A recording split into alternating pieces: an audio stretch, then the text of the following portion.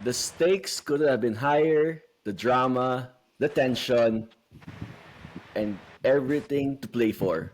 Welcome to the Quivers Cheer Dance Competition Preview. Hello, guys. Yeah.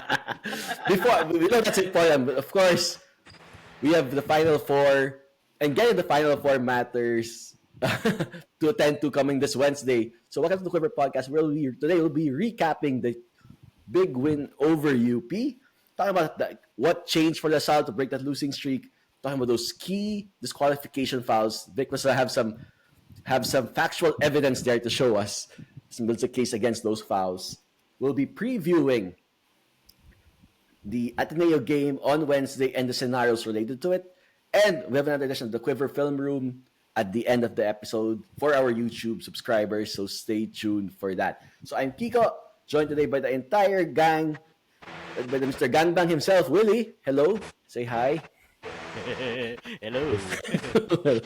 That's not a great way to start.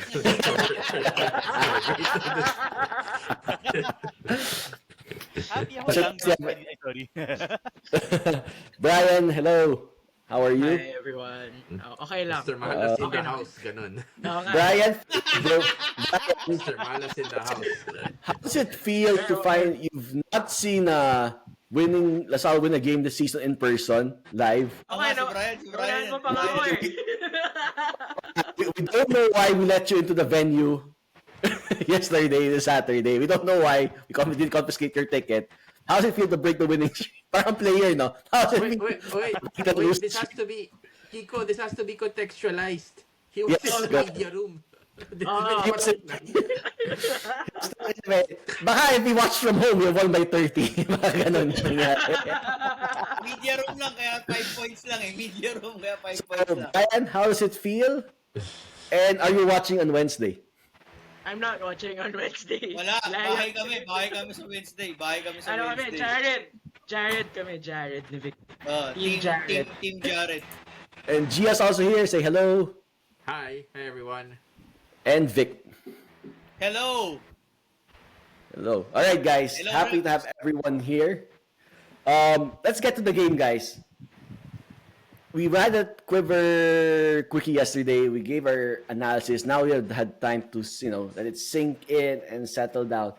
Willie, what did you see differently from LaSalle during this win over the past few games where we'd like to forget about those losses? What did LaSalle do differently? I think everyone started really, ewan ko, it's like they kind of relaxed a bit naman na parang wala naman masyado yung tension. I think people were, in terms of yung offense nila, they were finding their sweet spots, where they're comfortable. We saw Mike finally playing like not like Wemby. So siguro nakinig kay Gio. Nanonood pala siya ng reels natin. So, and then, Reels lang yan. Kinakilig naman ako after the game. He did ignore me, so... ayun, and then, I think this is, it looks like we, save for that first quarter, no, we started playing more into the flow of yung offense natin. We were slowly but surely getting ourselves back into it. And then, we had a lot of contributions from the boys, even when some of yung core guys natin were struggling, like si Jacob was still struggling a bit, pero it was nice to see the rest of the team contribute, similar to how we also won our past games. And also siguro yung big change then was also the return of si Mason. So that's another body that we were able to bring into the rotation. And ayun, siguro later we'll get into the specifics na, pero yeah, siguro we're having more players back, and then I guess everyone really knew the importance of this game, and of course you don't want to lose to this UP team. Yeah. And so we beat them twice now in the regular season. Gio, let's talk about our bigs. First, talk about Mike Phillips playing the way you want. We were telling he was getting closer to the basket, rolling to the basket, getting more in the natural shot of things. Played a bit more, less Wemby, plays less perimeter game. And second, Gio, talk about the importance of Mason, what he brings back, coming back to the team, and how that helped our offense improve because of spacing, in terms of matchups on the floor. I absolutely love how Mike played in this game. He was going after the boards. He was attacking on the inside. His poster dunk was proof na in the games against Adamson and FEU, he might have taken the shot from there. It might have gone in, but instead he spun and dunked it. But you bring up a good point, Kiko, that it's so important that Mason was back because he spread out the floor and it allowed Mike to operate more inside. Dati kasi, they can just put the big man inside and it would limit Mike. Eh. This time, we allowed Mike to have his own to stay inside, and it was easier to get the ball to him onto the post. But eventually, na-figure out din ng UP yun eh, and how to defend it, right? Especially when Gani Stevens got back into the game. But for a moment there, to have a threat like Mike inside that they have to be wary about, and then to have a threat like Mason on the outside to also be wary about. Where Mason was a plus 21 despite scoring 3 points. Yep. That's impressive. That is really impressive. And that's how important he is to the team. But I also want to add, because before the season started, when Pablo was known as an inside hustler all this time, but he has developed a very good mid-range shot. Even because of Pablo being there, it opened up a little bit more space for Mike to operate on the inside. And hopefully, if LeBron Diep gets back, who's also a shooter from the outside, who's our legit Wembanyama, then at least more or less, it looks good for us. But I'm really happy with how he played and how he responded. And that's the Mike we want to see. And that's the Mike we need when we play against Ateneo. Yeah. Speaking of other competitors, Brian, Earl had some good minutes. Jacob was able to turn around after an off game, right, against FEU. Now, we saw Voris step up. Big points. He was probably our player of the game. What can you say, Brian, about the performance of Voris and how important is he moving forward for us, this LaSalle team? That's big. And it's not just this game. I think had we beaten Adamson, he could have even been the player of that game. Led the team in points scored in that game. He spoke about how he was keen to atone from that mistake he made the NU game. Kita naman na siguro had he been available against FEU, we'd really like the chances better than how it panned out. And then, he's picking up his confidence. We know from preseason and from certain moments of some games, not just the season, but also previously, may laro siya eh. It just so happens that yung usage rate niya is also affected by, before we had Kevin, and then also, marami tayong wings, diba, stat. You mentioned Earl, EJ, even JC contributing, and Dunga as well. So parang, marami sila. But it's good for him to assert himself. Show his bag, confident with his pull-up game. He can also drive to the basket. So, ito yung ito yung sign na to really step it up. Kasi may tiwala naman yung coaches sa kanya ever since. So, it's just a matter of him taking the most of those chances. And that UP display from him inspires maybe not just himself, but also the teammates around him. Kasi parang imposible rin naman magkaroon ng sustainable na ganyang output. Well, if he does, then great for us, diba? But we also have to look at it half glass empty. How often will we see this kind of form from him? But at the same time, maybe if it's not his night, others alongside him can step up. From inspiration, and step up like he's been doing in the past 2 games. Yeah, and like I said, at the start of the season, we were talking about how depth was really on strength of this team. And we started to question that coming into this the second round, we were still struggling. Yeah. But now I guess we get to see a bits and pieces of everyone contributing. Voris some game, CJ, Doy, right? Earl. And that's something we really need to, if we want to make the Final Four and go further. But that's on the offensive side. like Vic said also we can score. This team can score when we want if they play, to their potential. But Vic had certain concerns defensively going the game. Say when we were shifting away from the zone, Vic, I know we'll have the film room later, but as an overview, how did you like? Did you like the way we approached this game against UP from a defensive point of view? We played varying defensive coverages. May tao, may zona. But I think the bottom line here is that I felt like we were able to mas marami tayong personnel that can match up with UP's guard orient. Yung ano nila they get their points heavily from their guards and wings too. Almost similar, almost similarly because we have Mason and Mike to score points naturally sa bigs natin, no. But yun nga, pag guards and wings, medyo maganda yung matchup natin. Both offensively and defensively. I think that really mattered except for some stretches na we were challenged on how to stop si Remogat, but the others, I think we did a pretty much good job on yung limiting their touches. So yun yung I think better matchup lang talaga, Kicks. We have the personnel to match up kung sino man yung wing, for example si Fortea, Abadjano, Alarcon, and yep. Alarcon. So yun yung dun yun yung tatlong pwede pang gagawa apart from Remogat, and we were able to limit them as well.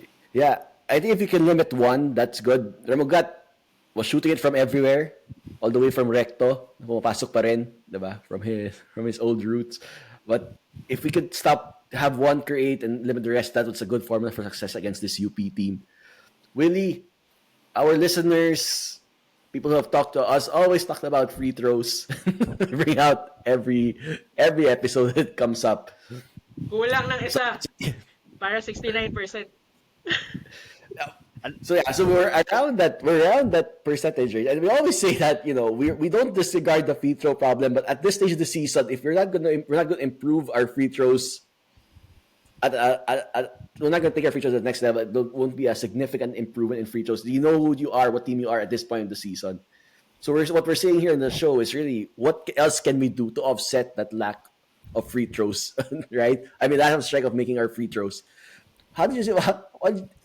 Does that change your perspective, the way we coming to this game and how we perform at the free throw line? It's a big concern for the Lasallian community.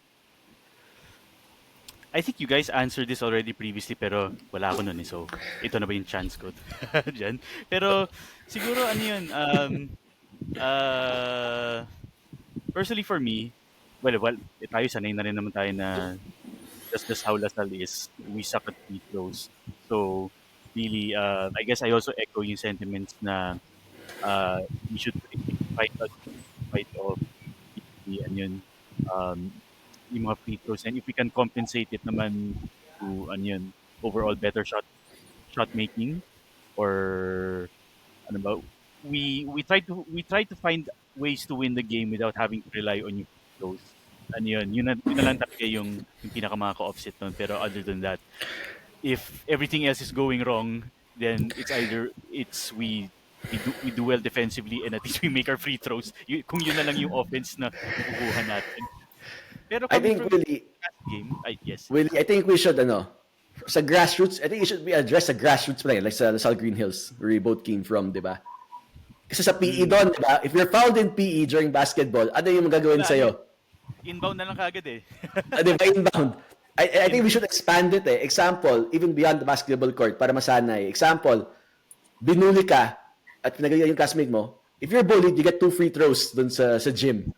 So, every violation, ninakaw yung sandwich mo, di ba? Inasar, kinuha yung homework mo, free throws ka. I think that'll be the best solution. Ito na lang eh. Di ba may SDR at VR tayo? Yes. Kung umipi ka ng VR, you need to make 3 free throws. More. 10. If you miss all, VR ka na.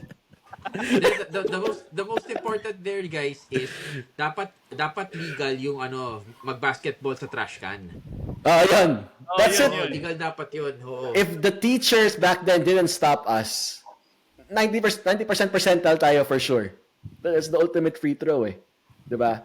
It simulates the experience. Yung ingay ng classroom, nagkakagulo, nag-aasaran, it simulates a free throw. If you can make a trash can shot, you can make a free throw in the UAP, I feel. Kobe! Okay. Kobe. Oo, tapos yun, mabigat na yung stakes nun. Pero trash can na yun. ER Trash yun, can. kung hindi.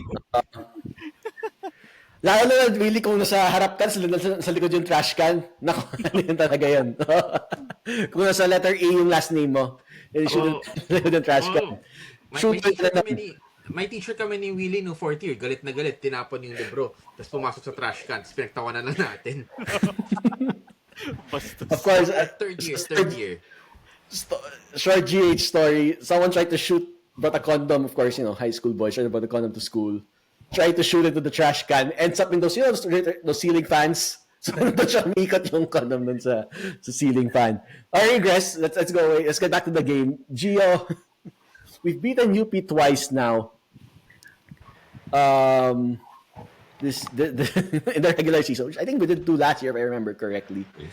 What can you say about? We said UP is a mentally strong team. They can come back. They can overcome biggies. They can face tough situations.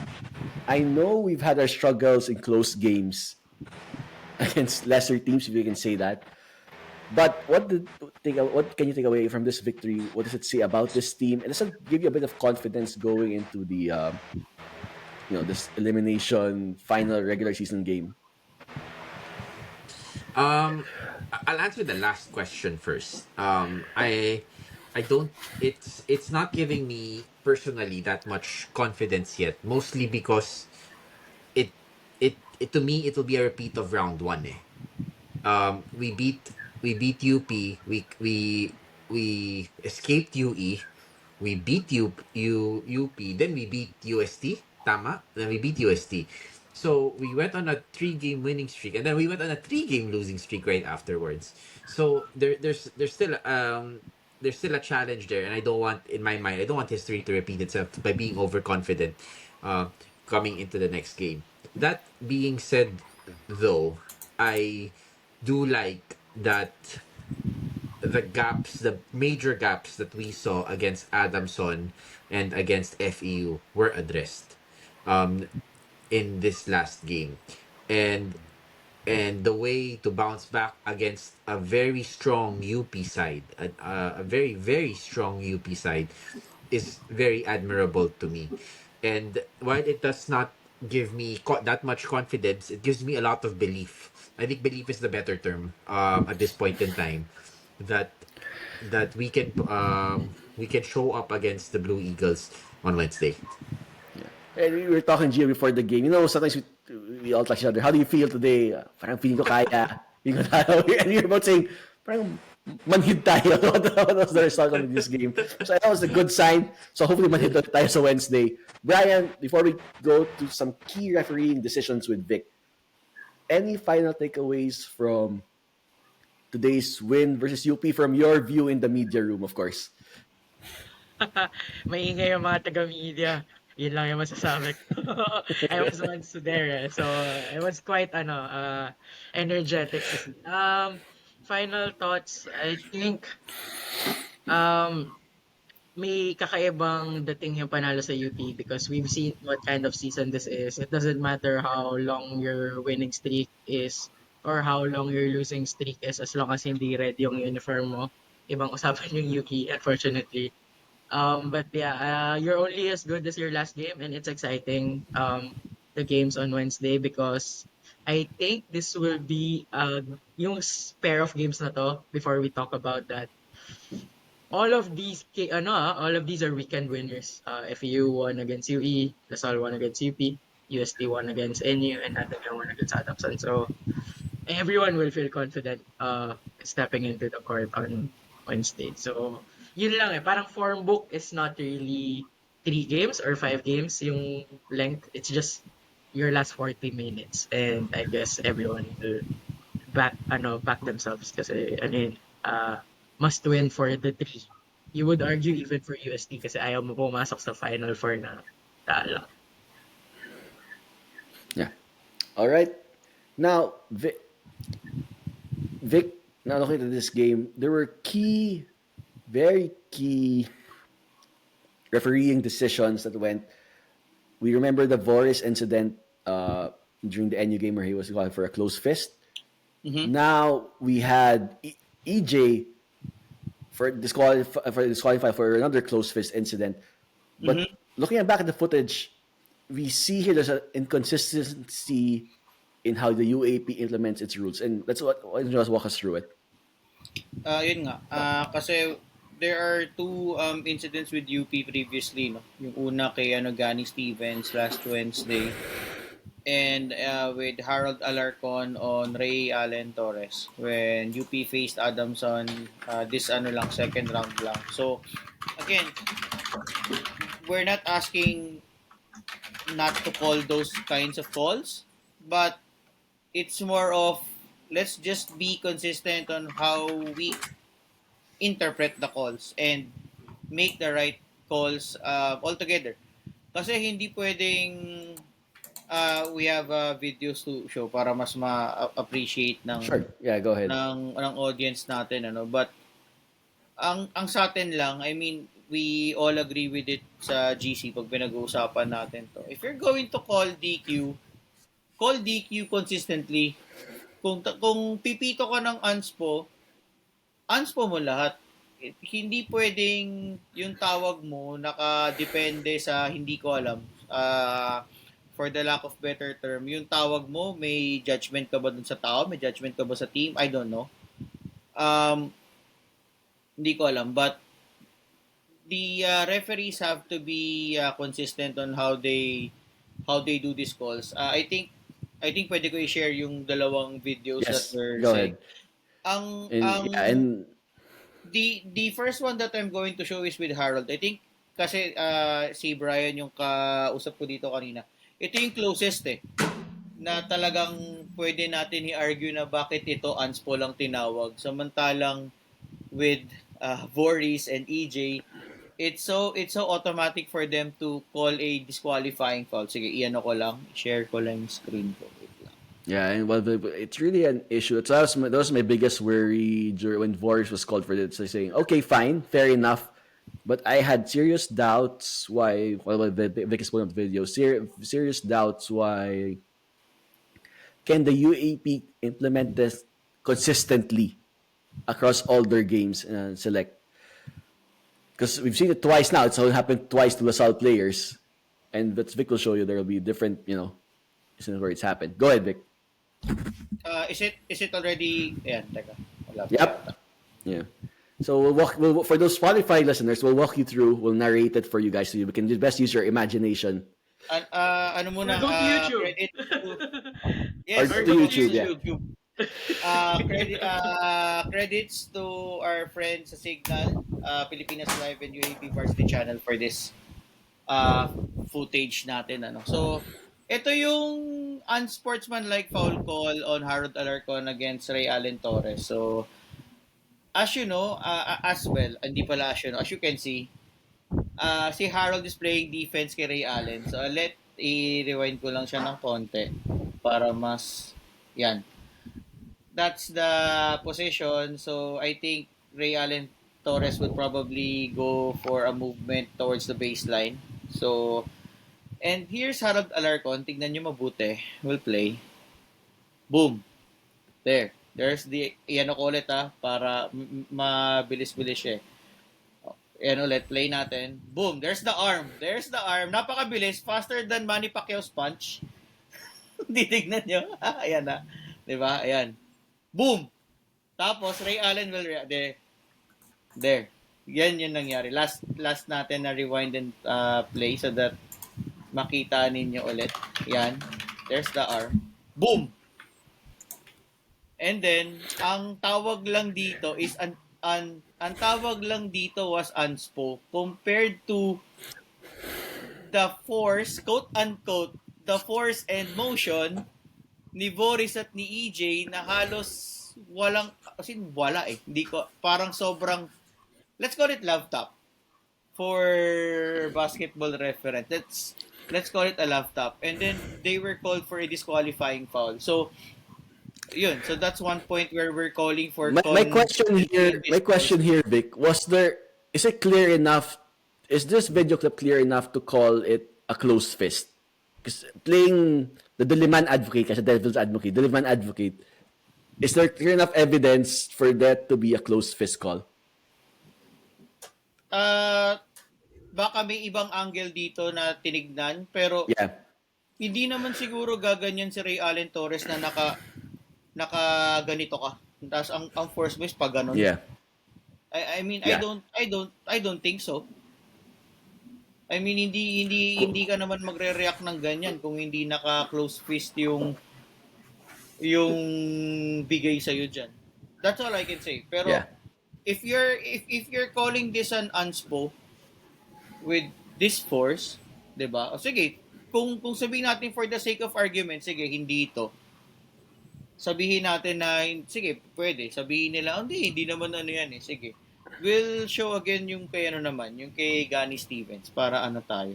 Ayan. Yeah. Good. And Brian, while Vic is pulling up the video, do you have any? Yeah. Yeah, sige. Babanggitin ko lang while Vic was playing that. Wag na natin ipa-replay kasi makikita rin naman. So, yung mga nanonood sa YouTube, they can just rewind it. It was interesting to me na when Harold was going for that motion, yung ref, parang na-anticipate yan eh, na merong ibibigay na motion. And the moment na may contact, pumito siya agad eh. So, ibig sabihin, may reputation din si Alarcon siguro among referees. That's how I would take that. Yun nga eh, di ba? Yun yung ano dun eh. So, parang Nakaabang na siya eh. So, the moment na may, kung ano man klaseng contact yun, kung fist ba or whatever, hand on torso, may ano na, parang premeditated. Tapos nakita na din ng ref. What puzzles me is, kung unspo to, dapat unspo din yung kay But you can Boris do, and di yung ba? kay EJ. You cannot do that eh. Hindi Oo. pwedeng naka-base ka lang dahil sa tingin mo dun sa tao eh. Hindi, it's not right. Yeah. Di ba? And Let's that take- referee also refereed the game nung game natin sa UP. So I was wondering bakit siya yung nag-gesture dun sa commissioner's table if I remember correctly. So ano yun, nagbago yung ano niya? Baka napagsabihan ba siya after that game na baka di mo Baka depende kung Ateneo next game nila yung mangyayari. Yun It doesn't nga. happen to players. I'm kidding. Pero tama ba? UP ata next game nila nun Ateneo eh. So I don't know. Si Adamson. Okay. Adamson game nila was ano, 'di ba? Nung last Sunday lang before the midweek. So wala. dapat nga eh. Kaya nga I was Alright. expecting something but yeah. Ito naman Who yung knows? kay Gani Stevens, kay Ladi nung Wednesday. 'Di ba? So ito 'yon. Boom! Ayun, no? 'Di ba? Solid din 'to eh. Teka, So after a Narrate- dunk by narrate sa Laddie, Spotify. for a dunk by Laddie, Gani Stevens after the play, basket goes through the hoop. Gani Stevens comes through the close fist at close quarters as he's hanging from the rim. Ibang ball yung yeah. ni-rebound. Yup. And All ball naman. Parang all ball naman eh. All To balls UP's, All to balls. UP's point. All balls. sabi nga nung Edward, pang matagalan. All two balls. Yeah. Oh, 'di ba? Ako, parang Oh. 2 balls, 1 fist. I mean, see, 'di ba? Yeah, so- I'll stop sharing na. Pero 'di ba? Parang hindi natin sa sinasabi na wag niyong tawagan si Boris and si EJ. Just be consistent. Kung yung mga ganyang calls na may buwelo, tatawagan niyo lang ng unspo yan. Yung kay Boris at kay EJ really should be unspo lang din. Hindi dapat disqualifying fouls yan. So, it's really disappointing how these referees interpret everything. Ano yung thought process nila dyan. Kasi it's really bad. It's really terrible. Yeah. Because they were saying during the Boris incident, Vic, they were saying that it didn't matter if it was not much contact, even though diba? Yan yung ano nila eh. not That's flop, what they're saying. yung flop, as a close fist. So we've seen you showed us 2 incidents of those. One with not much force, one with much stronger force, And Boat will not call for Anspo lang. Which we wanted. We should I really want to go Chris Gavina mode pero walang sense. So Oh, so that is corrected. Hell no. Masuspend ka ng HR natin in that case. I really hope they do something about it kasi Ibang DQ na nakakasira gawin sila natin. ng mga team Blizzard. sobra. And Okay. I think I want to add to that discourse lang very quickly na when Boris did it, tayo naman, we said, okay, close fist, application of the rules, we get it. If anything, pinagtawanan lang natin yung acting kasi may 2 seconds bago siya mahulog Yeah. Diba? That was the only, Easy. we made a lot of fun about that. But now, after that incident and after the Gani Stevens, EJ Goliena, and this Alarcon incident, selective implementation just doesn't seem fair. Correct. I think is our point, yeah. Yeah. I was going to say, I don't remember the last time a UP player suspended, but Noroka did tap the wrong set of balls as well during the end game. So is he suspended for the next game, for the Final Four, or that was just a... Walang definitive eh. Everything is subject to review as far as I'm... as usual. So let's see. Si Noroka, is he suspended for the next game? Dapat. Pero yun nga, Dapat I mean, First game ng nagbago Final sila Four. this year. Hindi, dapat Yeah. nga. Dapat, alam ko letter of the law. Kaso sabi nga ni Jaire is, as far as I'm made aware of, wala na daw automatic suspensions. Lahat daw dadaan sa review ng commissioner's office. That's the communication that got to me at least. So, Baka may insertion yan. Anyway, so... Wait, Before right, we- does that apply to Goliena? yes, actually, I think. So, may... Yeah. The answer is no because lasalista siya. Everyone Ay, Tama. yeah. Tama. Sorry, Brian. Sorry, Trick Brian. question. Yeah. Sorry. Question. Tama. You have to make 10 free throws now na kailangan as punishment. Yun na yan. Pati alam nyo kung si Harold at si Gani naka-anin Lasal uniform, malaman DQ yan. Oo, DQ yan. sure. DQ yan. Oh. Sko po. I mean, come on reps. Let's fix this. Sobrang halata. Okay. Sobrang halata. Yeah, and I think Ateneo would have felt aggrieved about this kasi if Gani was out of the game, they might have had a better chance to win. So, Yep. wrong decisions affect proper And results. Adamson too. Oo, and That was a Adamson close too. game. Yeah, and Adamson too. So, Well, you know, in that like, aspect, looking at the standings, baka nakatulong din sa atin yun. definitely. But still, yeah. For sure. I'm just Yeah, but- saying that if you're trying to target LaSalle, which we're insinuating, but it will affect other schools negatively as well. Yeah, I'm not sure if they're targeting, but we've seen inconsistency and it's really incompetence of how they implement the rules. And it just so happens that the Sal's been getting the short end of the stick there. All right, guys. Now that we've talked about the UP game, talked about some of the incidents there. We'll be previewing what are the scenarios going to the Final Four and what are the implications for that big game against Ateneo on Wednesday. But first, I'd like to thank our partners, Ibarra Manila. Check them out at the USA office for a classic timeless look. Check out Ibarra Manila on their social media pages. A portion of any Ibarra watches bought goes to helping Lasallian athletes. All right. So now to better help you understand what's at stake on Wednesday, this is a game postponed due to the typhoon a couple of weeks back. It'll be FEU and UST in that first game, DLSU versus Ateneo, all with Final Four implications for happening for both games. So Brian, why don't for our listeners and viewers, why don't you just walk us through those quickly walk us through those scenarios before we go into the preview of the Ateneo game? Okay, so scenario 1 and 2, lalagay ko na dito na Lasal win. That's the important aspect that we're looking at. Yeah. If Lasal wins, we're most likely going to end up at 4th place. As long as FEU and Lasal won't win by a combined points of 60 or more. Parang mahirap yun mangyari because that would mean at least 30-point win for one of them. And with how close the season is, parang ang hirap i-imagine na parehong games magta 30 plus winning margin. Ano yun, nakalimutan na lang maglaro bigla nung kalaban. I don't think that will happen. So, if Lasal wins, probably, even if UST loses, a tie there would mean UST kasi has better point differential na across all teams. Kasi kung head-to-head lang, yun, which is una talaga dapat na barrier yung head-to-head to get the number 1 and number 3 tiebreak. Tabla kasi, we lost by 9 to UST first round. We won by 9 UST in the second round. So, dead even. Therefore, the next tiebreak is the entire competition. And mas nananambak yung UST as they did to NU today. Whereas LaSalle, when we win, it's usually narrow. When we lose, it's also not so big. Pero yun, point differential natin is very low. Positive 4 ata, if my maths were right. Whereas UST has positive 63. So, ang laking hahabol nun. So, if LaSalle win will be paired by a UST win, then UST outright number 3, LaSalle outright number 4.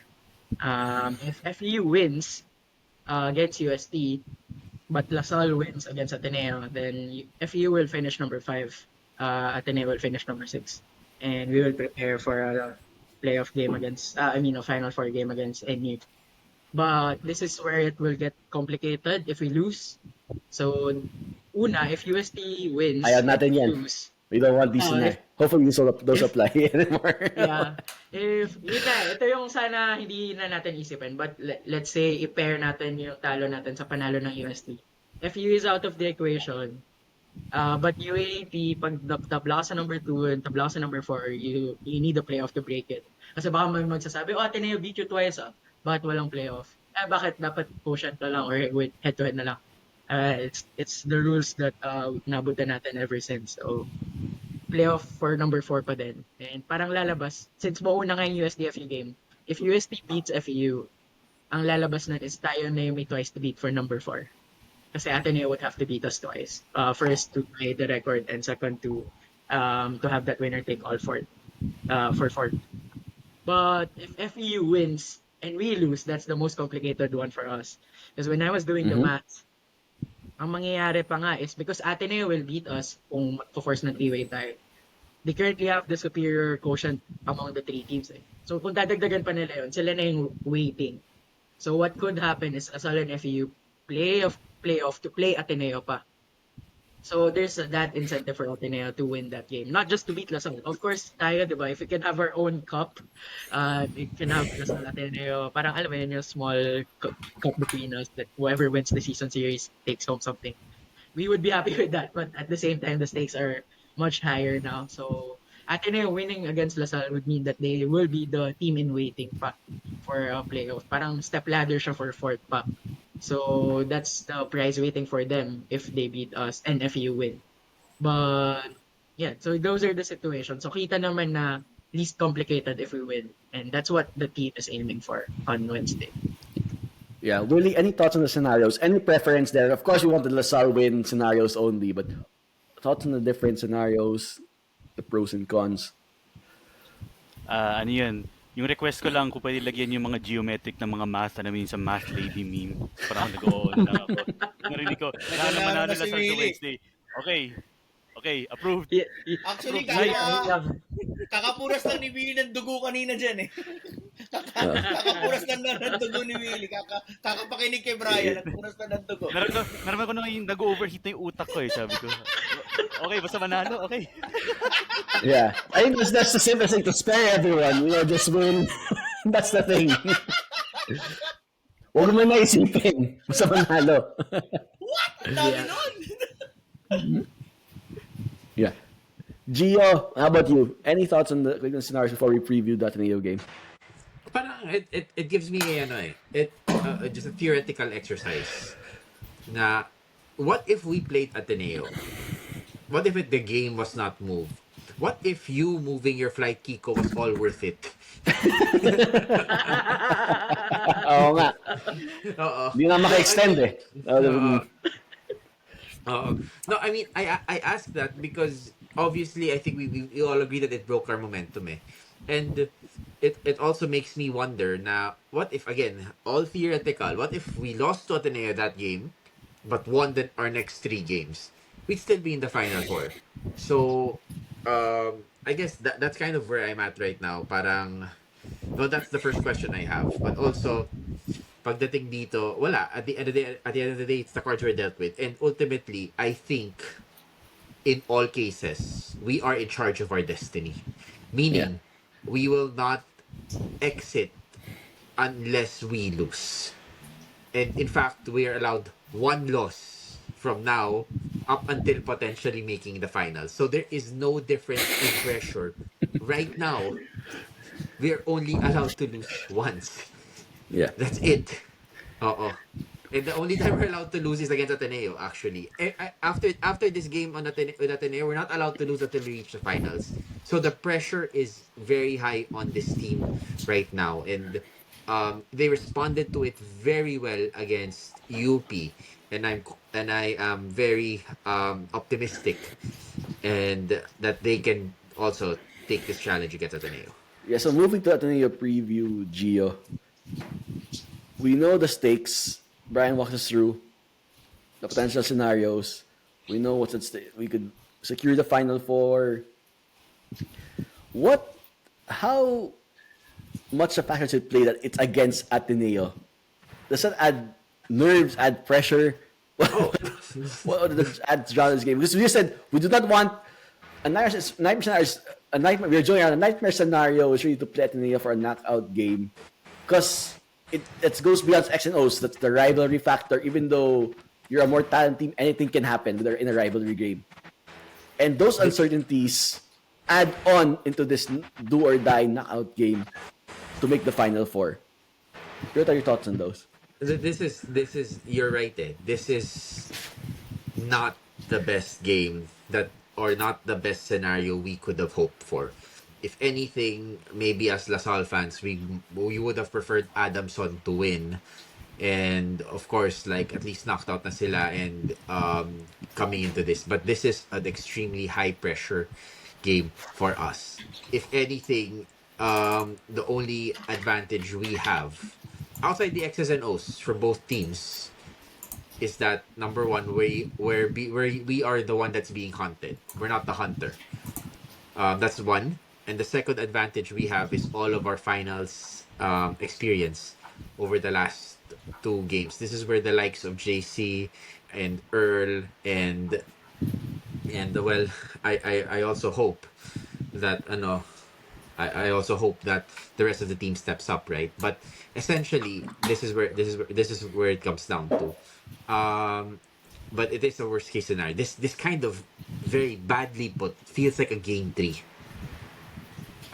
in the finals between Ateneo and LaSalle. Very badly put, and there's a lot at stake here. There's a lot Ateneo to survive, and alam mo yun, there's also that thing at stake for us na parang we need to deal that knockout blow to Ateneo and end all of these scenarios and start the Final Four. That's part of it for us, eh. And we need to make sure that we take that chance. You need to keep it simple. Vic, you're talking about coming this game now. More than just the elimination game, more than just making the Final Four, more than just be Ateneo. You want to merely make up and get even after the first round performance against Ateneo. Can you speak to us about that a bit? Hindi ako nakatingin even sa standings, implications, yung whatever math. Doon lang ako nakatingin sa I want to beat them by 32. Yun lang. Kasi sobrang sakit na matambakan kasi 'di ba? Paulit-ulit na ako nito eh. Buong buhay ko first time ko makita na matambakan tayo ng 30 eh. I've never seen that.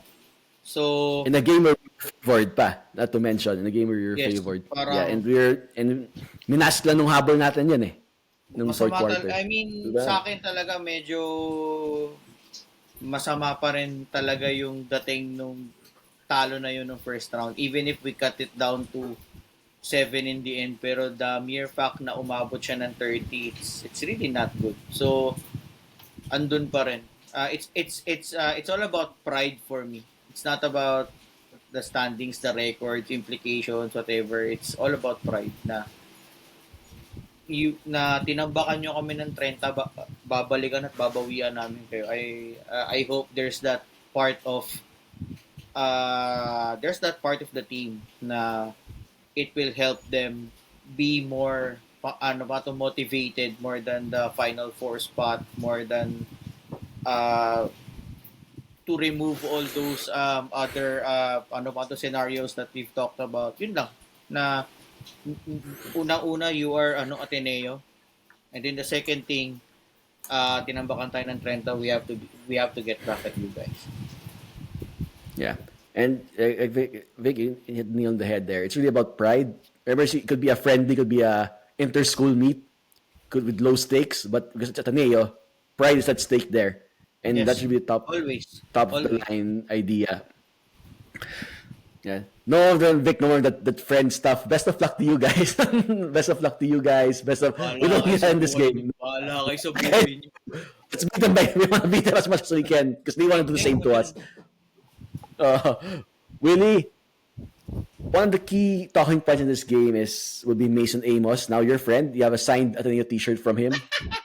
Wait lang. Okay. Actually, si Mason, tawan-tawa si Mason. Ayan. So if he's for the Spotify, Ano ba yan? Willie's holding up a Mason Amos Get Blue shirt signed by Mason himself. By Mason. Sale Ayan. and quick shipping yan. Next day Oh, shipping. 90% off and Next day shipping. free next day shipping. Grabe Oh, talaga diba? guys. Wala Thank nung you. Get- 90% shout out, off, Get eh, no? Blue. Parang nag-isip sila eh. Nag-isip sila. Bebenta pa ba natin to? O papamigay na ng charity? Sa mga ano diba? Sa mga nasalanta ng bagyo. Dahil pinabigay nyo na lang. 69%. Ang dami nating Mason shirts. I-sale kaya natin. Pero parang walang bibili. Biglang nakita ko may bumili. Shout out Mason for shining. Thanks for being a great Yes. sport. Yep. Oh, yan. Okay. Yeah, so Willie, we talk about Mason. He was targeted by Ateneo during that first game, especially on the defensive. I'm sure there was something there that Tab had something ready for him. Now Mason lost him most of the second round due to injury. Came back during the UP game. Big impact.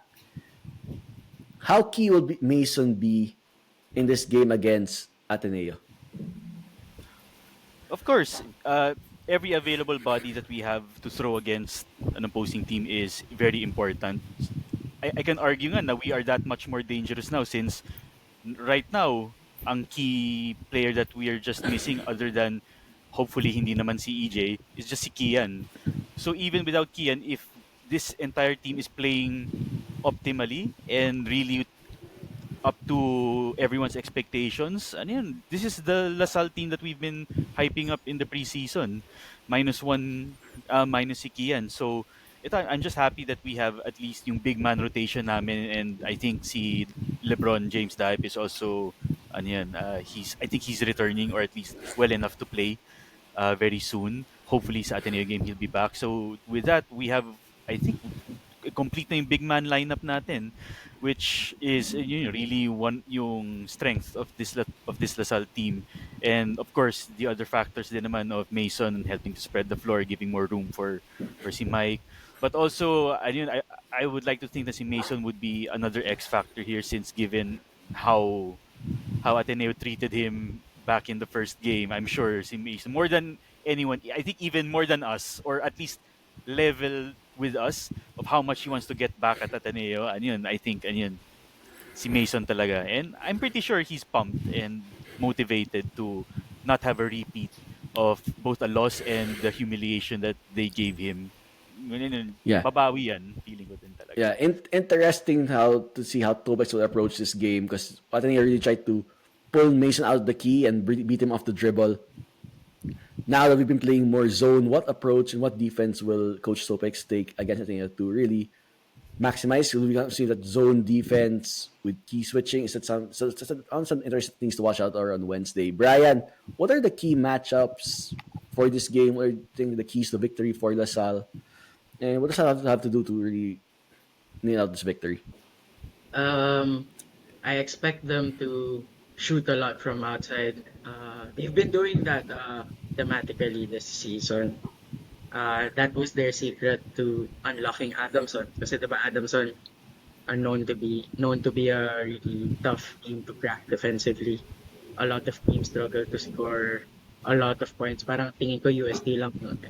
Prior to this game yung talagang nakakaano sa kanila. And Ateneo, apparently, Ateneo scored 70 points, more than 70 points twice. So, and that has to do with their outside shooting. Kasi when it clicks, ano na, it's really going to make your defense think twice kung anong scheme na yung ilalagay mo kasi Todd Baldwin likes to have those spacing for open shooters. Pansin natin yung recruits niya, laging merong sweet touch from the outside. It doesn't matter actually who that player would be, but we've seen consistently at least si Laddie, si Escobar, they will have their attempts there. Lazo, of course. So the one and dots, and then you would also see Espinosa, our favorite, of course. Then si Tuano and even si Waki Espina, who actually shown in that game against Adamson. So parang feeling ko sa system nila, they have license. Si Jared Bahay, of course, I couldn't forget. He's the chief playmaker there. So, pag nauusan na siya ng options to pass the ball to, he would sometimes take that shot as well. So, I think for us to match up, we have to maximize our size because I think pound for pound at least, we have more agile defenders and at the same time bigger defenders than their guards. So, parang yung ginawa natin sa UP na pangontra, we can extend that to Ateneo. And also, I would be disappointed if I see again Escobar on Amos defensively. I think Mason's strength defending the low post. I've seen that what he did with Okowe before getting into foul trouble PUSD. And hindi naman si Collins na nakakuha ng big foul is parang I think it was a unoffensive or something like a loose ball foul. But ibig sabihin is Mason can provide that defensive presence, especially now na kagagaling lang na sa injury. I don't expect him to be active at sa taas. Mas gusto ko siya sa ilalim to help parang to read the defense alongside Mike. And baka nga si Mike pa yung mas lumabas eh. I mean, Mike likes to do that sometimes on defense. But it depends talaga on the coaches. Ayaw ni Gio yan. Si Gio, Ayaw namin yan. Ayaw namin yan. Ayaw ni Gio. But Mike has that tendency sometimes and it cost us again. Yeah, so I think that's one of the key factors, Brian, is how do we manage the defense on the perimeter without committing our bigs to blitz? Because that's when teams tend to expose us. And also watch out for their tendency to drop into Atili kapag di na sa labangan. And sila Lazaro, yung mga slashers na Laddie, of course, whenever he has the ball, he has options. He can pull up a jumper or drive it hard to the hoop. Wala naman sigurong mananontok ng bayag na sa atin. I hope so. He can consider himself safe. At least, let's see. Yeah. Gio, to wrap up the preview. I think you're coming off a big win against Adamson to stay alive. We came off a win against UP to break our losing streak. Now we have this, you can say, a do or die encounter against them. Who's coming to this game with more confidence, right? Who has more momentum? Or it doesn't really matter at all. It's Ateneo LaSalle game. Yeah. Doesn't matter. It genuinely doesn't matter anymore. Like, this is a finals game 3. This is a big game, and I don't think people really realize how big this is. Both teams, Ateneo and LaSalle, fought to save their season this weekend, and both successfully did it. Now, wala. It's down to us. It's down to us to eliminate them.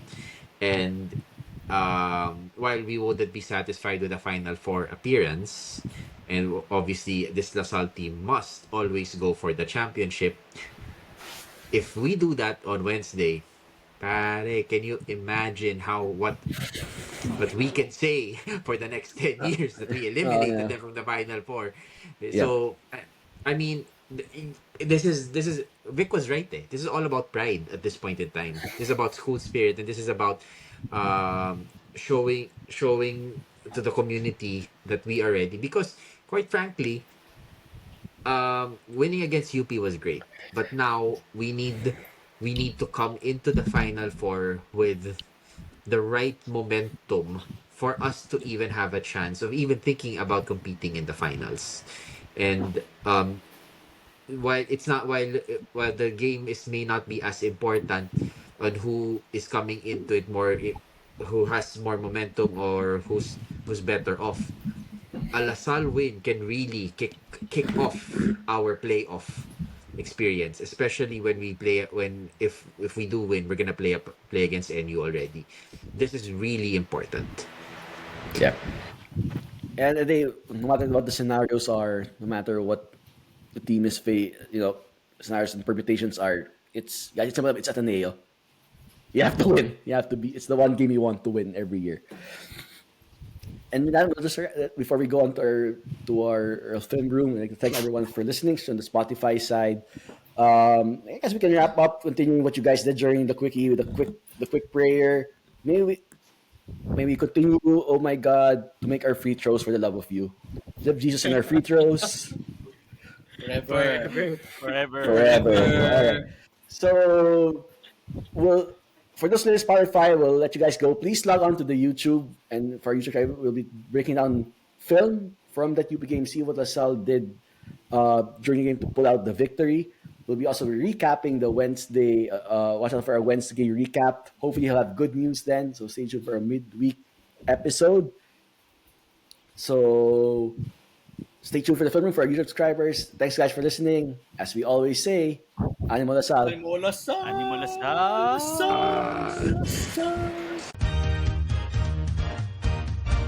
Hello, guys. Welcome back to the Quiver podcast. For our YouTube subscribers, we have a special segment today. Again, like last time, we're breaking down some film. Yes, game film, to be specific. Not game film, to be specific. Kasi nakakasabihin niya eh. May ibang napindot si Na-excite na eh. Anong category? Uy, film! Film. Anong category kayo gusto niyo today? Anong category? Isiset ko na dapat yung background ko eh. We're bringing out some DLC UP game film. See what we did right. Yung kulay itim Yung ng kulay Juan ba itim yan, na sofa. Oh. Yan. Lalabas ko na yung ano eh. Yan Wait lang. Right. Bell! Right. So to see what we did right and what are some things to watch out for come the big game against Ateneo on Wednesday, and we'll be giving all our thoughts on the film. Vic, please go share your screen. Sige, let's start. So, dahil unang-una madami sa namili na. Pero, since medyo madami siya, I'll just show you mga fourth quarter clips na lang to lahat. So, kasi yun naman yung medyo magandang part ng game na we're going up and down na against UP. So, yun yung mga pinili ko na lang na video. So, but, to be honest, since it's a win, medyo madaming pwedeng ma-share naman din talaga. So, we'll start with sige, share pa natin para na-share. Wait lang.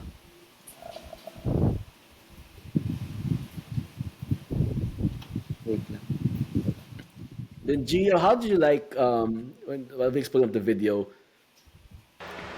In terms of what do you think was like things that you saw for you focusing on Mike and how he approached the game last time, what do you think he did differently to bring it out, to go deep dive more into what you were saying earlier? What was Mike doing different in this game that you like?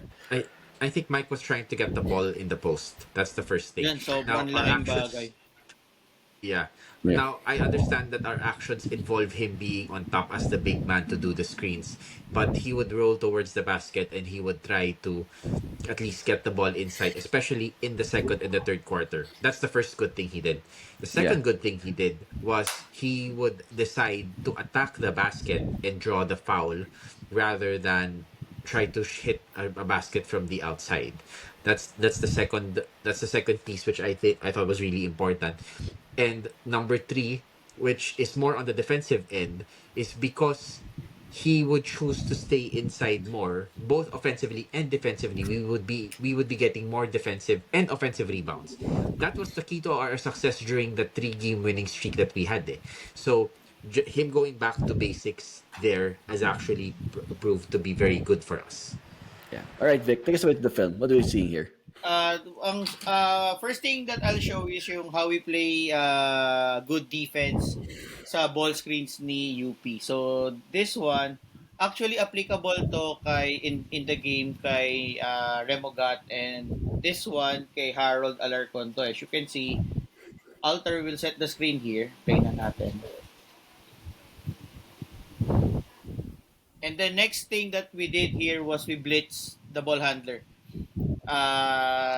pwedeng kay Remogat, pwedeng kay Alarcon. So, what UP is doing cool kahit yung early quarters pa, when we blitz the ball handler, the big rolls all the way deep inside the paint. And normally, open siya lagi. What happened in the Yes. previous quarters, either they make a basket, si Pato Noruka, may instance naman na na-foul din natin either si Gani or si Pato Noruka na-foul natin kasi late tayo nagro-rotate. But on this instance, I think si Kines saw this one coming na sa gitna siya pupunta. So I'll play this already. Ayun, no? Alter goes deep. Ayan. So this is already numbers mismatch kasi sobrang taas ni Mike and ni Earl harassing Alarcon. Ayan, no? As you can see, good job by Kines. Alam na niya na doon pupunta yung pasa. So he gets this deflection. And then Mike gets the ball and yan, we have that possession. So good instincts by the rookie na alam na niya na yan yung nangyayari the other possession. So he perfectly knew na kay Alter pupunta yung bola rather than kay Remogat na nagaantay on the outside. So yun lang. Yeah, so Gio, when Mike does blitz, we have to see that other swingman on their side comes in to cover the roller over there, right? I think that's the one saving grace that we have for that kind of play. Yeah, that's right. And they're playing, and they were also playing zone. That's why it helped. Even in the first game against Ateneo, the reason why we actually really struggled with them was because during that time we played man to man. We would blitz, and it would always leave a man open. So yung next sequence naman was yung ensuing after we got the after we got the ball dun sa pato possession na yan, Kines, after playing good defense, he'll get to score a bucket this time around. So inantayin ko na lang na ma-share yung screen. Ito yung floater niya. Then the next one that will show is yung assist naman niya kay Boris for that open 3. Kasi yan yung mga magkakasunod na sequence on this instance. So yan yung i-share natin to our audience. So kanina after natin makuha yung possession dahil sa defensive play ni Jillian, ito na yung next na moment niya. That's his page naman. Yan. So ito na yung nakababa tayo on offense. As you can see, naka-zone si UP dito. 1-2-2 or 2-3 variations. Matchup zone siya. So, si Earl muna yung may hawak ng bola dito. And then Kines gets the ball on the elbow. Tama si Mike. That's the next movement. Dito rin natin makikita yung value ni Mason. Kasi si Belmonte, normally kung si Pabs yan, kung si Pabs yung nasa pwesto ni Mason, I think Belmonte will over-exaggerate himself na didikit pa siya kay Alter, no? So yun kasi alam niya na walang they will let Pabs take that outside shot rather than They want that shot. Yeah. Yeah, diba? But for this case, since andyan si Mason, look at Belmonte, hindi siya makaka-help dito eh. Ayan na. So Mike tries to set the screen, pero si Jillian medyo meron siyang iba yung nasa isip niya. Yung trip sa buhay eh. Hindi na niya inantay yung screen dito eh. Sabi niya, merong gap, I will attack the gap. Yun na yung nasa isip niya. But yun nga, ang pinaka takeaway dito si Belmonte kasi this was made possible because si Belmonte hindi siya maka-help. Andyan siya kay Mason, hindi siya maka-extend ng help eh. So, Jillian has the free lane for the easy floater naman on this one. And interesting, Vic, no? It can create, you can swing it to Earl or swing it to Voris and that'll open up for Mike for a cut, which we want him doing. That's what we want to do. Actually, ang daming option doon, pero tama din naman si Jillian. Kung nakita naman na niya yung tira, di ba? So we will give him that shot. So next naman dito, not Yeah, too what- far from yeah, this what- sequence. Yeah, while Vic is pulling up the video, Chris... Oh, go ahead, Gio. Yeah, Willie, ano naisip mo pag sinabi ni Vic na nakita ni Kines yung tira? Oh, syempre, pasok lang tayo. Pasok mo lang. Saksak. Penetration. Sayang wala yung pot-pot. Makahanap. Tawa. Yeah, Do you like Something about the Kines. key minutes from Kines, Vic? Sorry, Willie, earlier. Ano yun, sorry? Si Kines, do you like his key minutes? He played a good number of minutes, 10 minutes earlier. Oo, kasi ano yun, lalo na ngayon, like, in the past few games where si Jacob is struggling a bit, trying to find his shot. Although, ano yun, I would rather na yun nga, I agree with sentiments of the others na I hope na Jacob continues to be more of a facilitator na helping yung others and then eventually just getting shot kapag opportunity presents itself rather than really forcing. Pero last game, si Kines really gave him a lot of quality rest. Lalo na nung second quarter. Nga ba yun? Basta may one stretch na he really played extended minutes, quality minutes, and I was very happy with that. Yeah, when Jacob tries to do too much is when he struggles. So when he plays more in the flow, that's when the salt's at its best. Vic, what are you seeing for us here? Yeah. Actually, side note din siguro dito, nung fourth quarter, mas madalas na mag-zone si UP dahil halos lahat ng big man nila are in foul trouble either with 3 or 4 fouls. So, ayaw na nilang sumugal And masyado na may mag-foul out sa kanila which eventually si Noruka got ejected in the ball game. But yun nga. So, And what we can prevent... and, Sige, Kicks. go Vic. And we might expect. You think we can expect something similar against Ateneo too? That approach of zone defense or tablet plays more to man-to-man? I think nung first round, nag-zone sila nung second quarter. Crucial yun. Okay. Na we came up with multiple empty possessions nung second quarter wherein dun sila medyo nagkaroon ng distance sa atin. So, I expect Tab to do zone but syempre, he can definitely mix it up anytime. So, itong clip show us how we can do it. Yeah.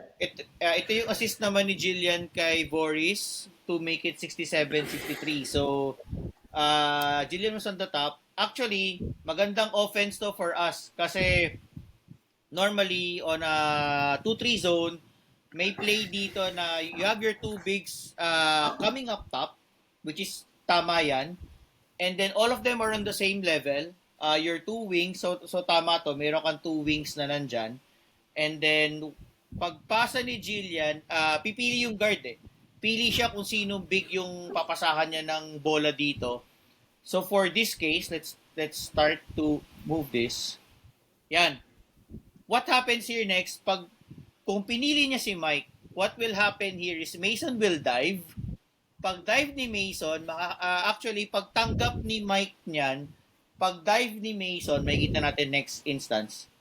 Yan. Pag dive ni Mason, Earl and Boris also adjusted sa corner.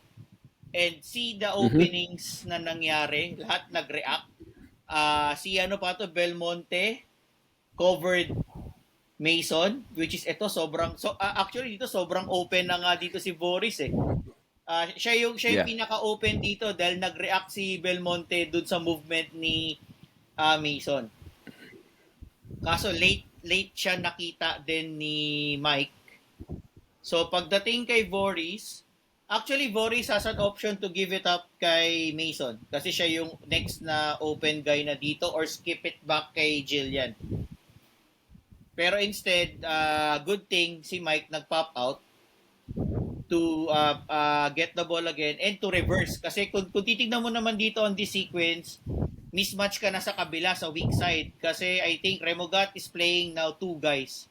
Si Earl and si Jillian. So, may option si Jillian to give it to Earl na open. But si Jillian again, may bang isip ulit siya. So, may gap between I think it's Baila, tama ba? May gap between kay Baila and kay Remogat. So, what Jillian did, attack the gap, but merong tulong dito yung gamble ni Pato Remogat na sumundot siya. Iyan na lang natin saglit. Rewind natin saglit. Yan. Mas lalong na-emphasize yung gap nung si Remogat nag-gamble siya on defense. So pag ikot ni Jillian, sobrang open ulit si Boris kasi lahat naka-collapse inside the paint and we all know what happened next. Na siya. So yun yung nangyari diyan. So good recognition by Kines on that instance na he saw the opening, meron siyang awareness, alam niya kung anong gagawin niya at that point of the game. So next naman, sorry kailangan ko to i-emphasize. In as much as hot shooting si Remogat, I think the referee should call this. Sorry refereeing ulit tayo dito. Ano natin to.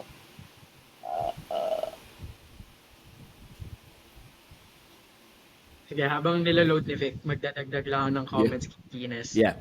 I think, dito nakikita yung hinihingi din ng ibang fans kasi diba, the past 2 games we were struggling instead of relieving Jacob with Kines, we're looking for the wings to become de facto ball carriers. Pero nakikita natin with Jillian's eccentricity, he brings something to the table that mahirap basahin ng mga scouting reports kasi kung may scouting reports man sa kanya, Green Hills pa yan probably than DSU. So dito nag-pay off yung gamble that the coaching staff did. Especially with EJ most likely suspended, he may have a big role to play come Wednesday. All right, go ahead, Vic. Well, sana hindi nanonood si Tab. Joke lang. Baka iba pinapanood niya. Oy, ding ding ding ding ding ding ding. Okay, game. Ayan, Tabs. very good. Tabs film room. Ayan. Okay. Game dito. I just want to show the ref ako tingin ko this one is an offensive foul. Hindi part ng normal jumping motion yung extra sipa dito ni Remogat. So I'll just play this one out. Up! Ayan, no? See? Hindi naman part ng normal jumping motion yan eh. Ulitin natin for our audience. See? They should call that an offensive foul. That's a made basket, but for me, I think that's an offensive foul. Ayun lang naman yung point that I want to drive on that play. Na, Ano bang uniform suot? oh, diba? So, but that's an offensive foul. So next natin, ito, magandang sequence din to kasi ito yung defense ni Jacob that ended up with Earl making that mid-range kay Gani Stevens. So, magandang example siya ng defense converted into good defense converted to an offense. Para ano siya. Nako, kala ko pa naman yung magandang sequence yun, yung dalawang free throws ni Jacob na nice score. How important is the mid-range game for LaSalle? It's something that abandoned us during FEU, during Adamson. Are we relying on their mid-range? There's like the likes of Earl. No, it's really important. It's one of the most important shots our team has had historically, at least in the era of Topex Robinson. You remember Mark Nonoy used to hit that. Mark Nonoy, Evanele, KQ loved that shot. Makalalag was a sniper from there before he extended his range to 3. And Earl has always been a very, very good 3-point mid-range shooter. So I don't buy sure, 3 points are better shot and all of these things, efficiency, yada yada yada. But even in the NBA, the mid-range shot is coming back.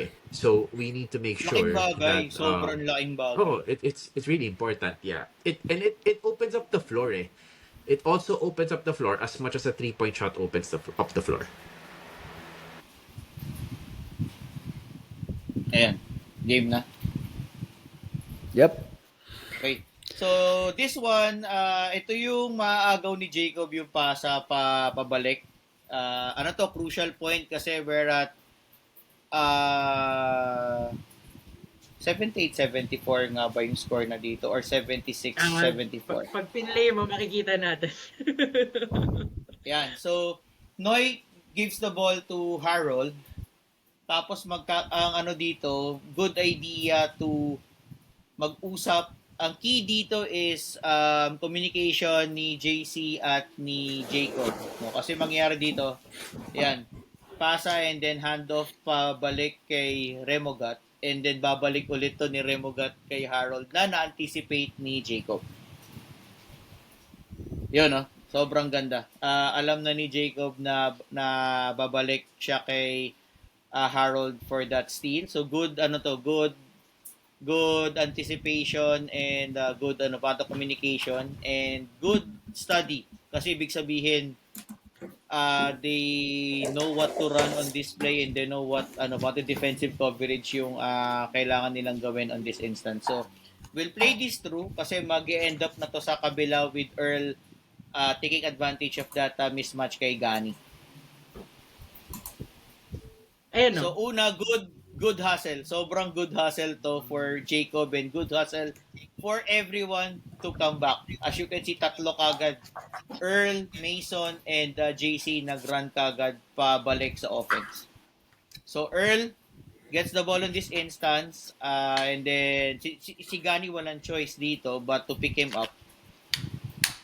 And good thing kay Earl dito to set things up. Kasi kung tutusin, pwede, pagharap niya, baka open na si Earl yun. Pagharap niya, Torres, Raylan Torres is already with JC. So, he tries to calm down everybody. Yan. Good thing kay Mike. Kasi ang buong akala ko rito, Mike will post up the mismatch. Yep. Oo, kasi parang merong mismatch dito. So, I was expecting him to seal. But, good thing by Mike na, sige, Earl, you can take this already, as you can see. They gave the space. Diba?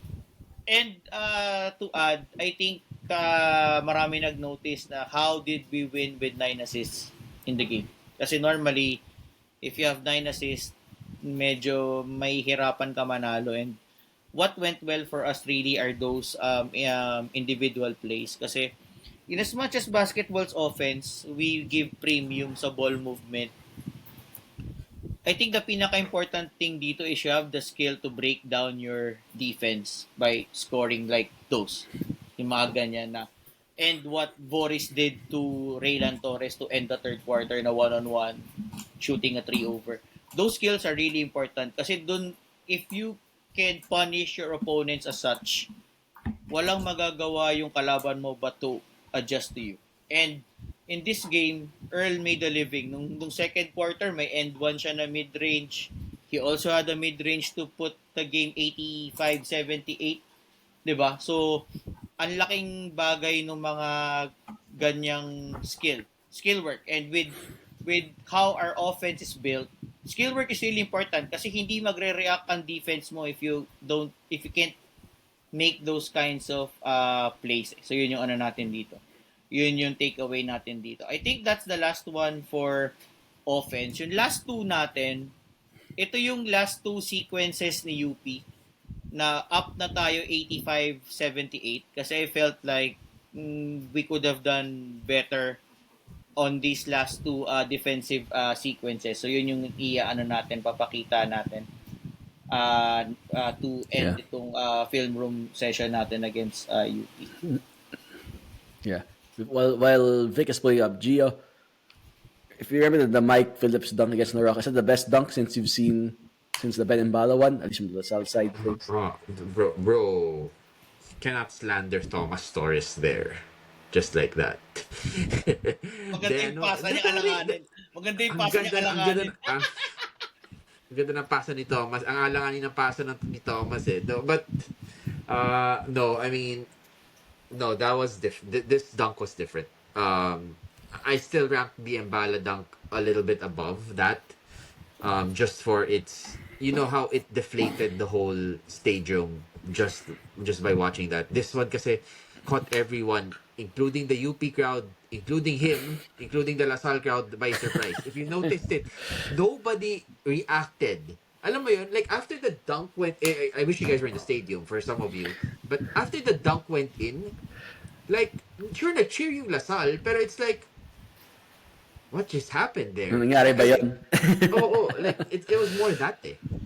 Man, maingay Ano sa yan media eh, room ng just time to na yun. share, yung experience na yan, last na na-experience ko noong 2002 Lasal USD, yung comeback win ng overtime.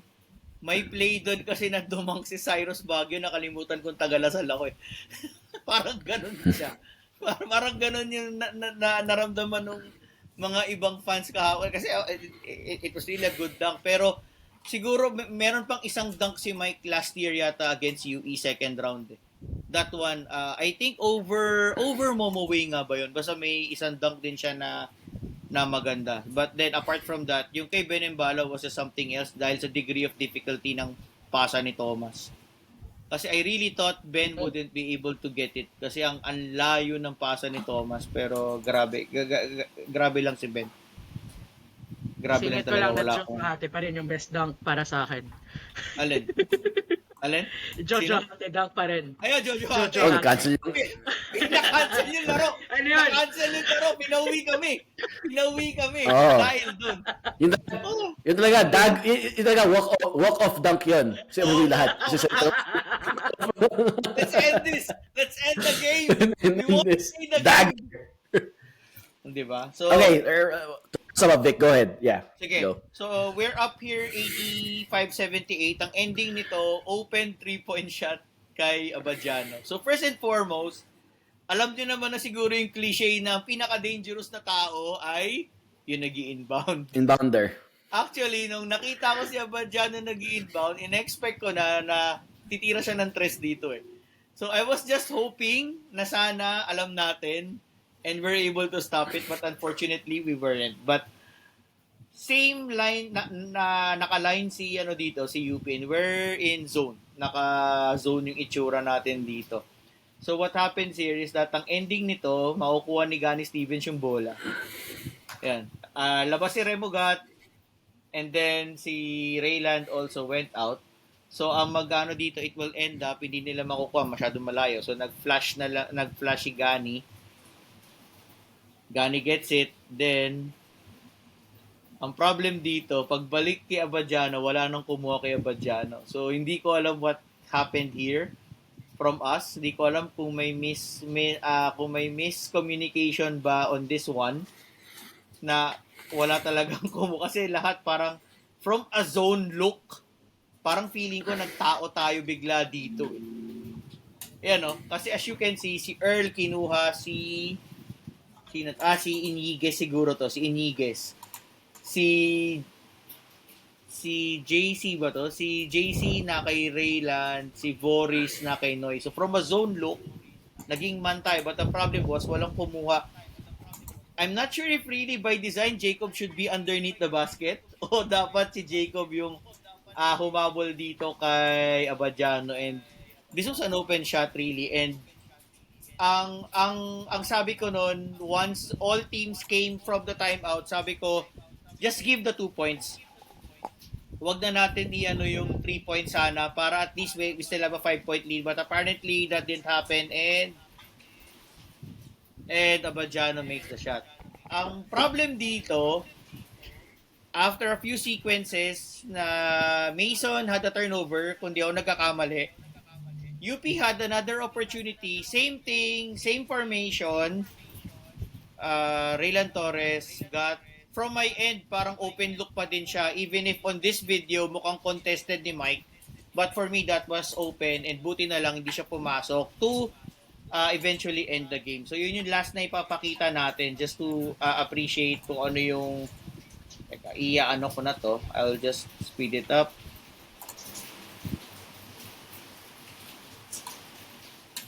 Yan. So we'll start from here. So kung makikita nyo, naka-line ulit si UP. Same formation ulit. Practically same movement. But dito mag-end up na ang open si Raylan Torres from the corner. Yan. So parang this time, feeling ko nakatao na tayo dito. Hindi na tayo nagmukhang zone on this instance para maka-follow tayo.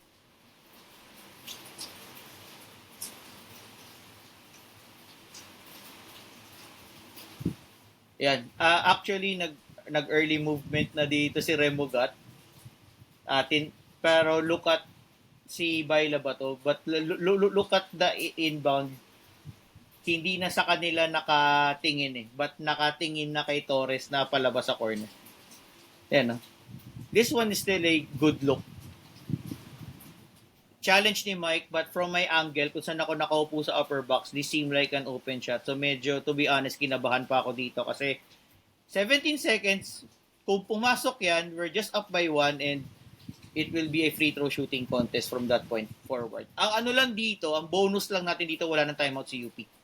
At this point. So kung mauwi sa free throw shooting, kung mauwi siya sa free throw shooting, medyo mahihirapan na rin si UP kasi wala na rin silang timeout. So yun yung ano natin. So those are the things that we can clean up moving forward, on our future games. Yeah.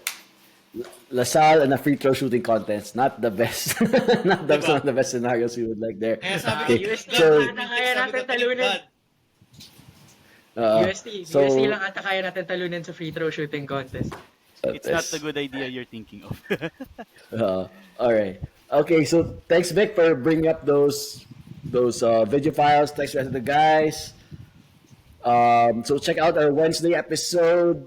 We'll recap it. Hopefully, we have good news on that day, and hopefully, with the Final Four and onwards. So as we always say, guys, thanks for listening. See you next episode. Animo LaSalle. Animo Lasal! I'd rather be green than be blue.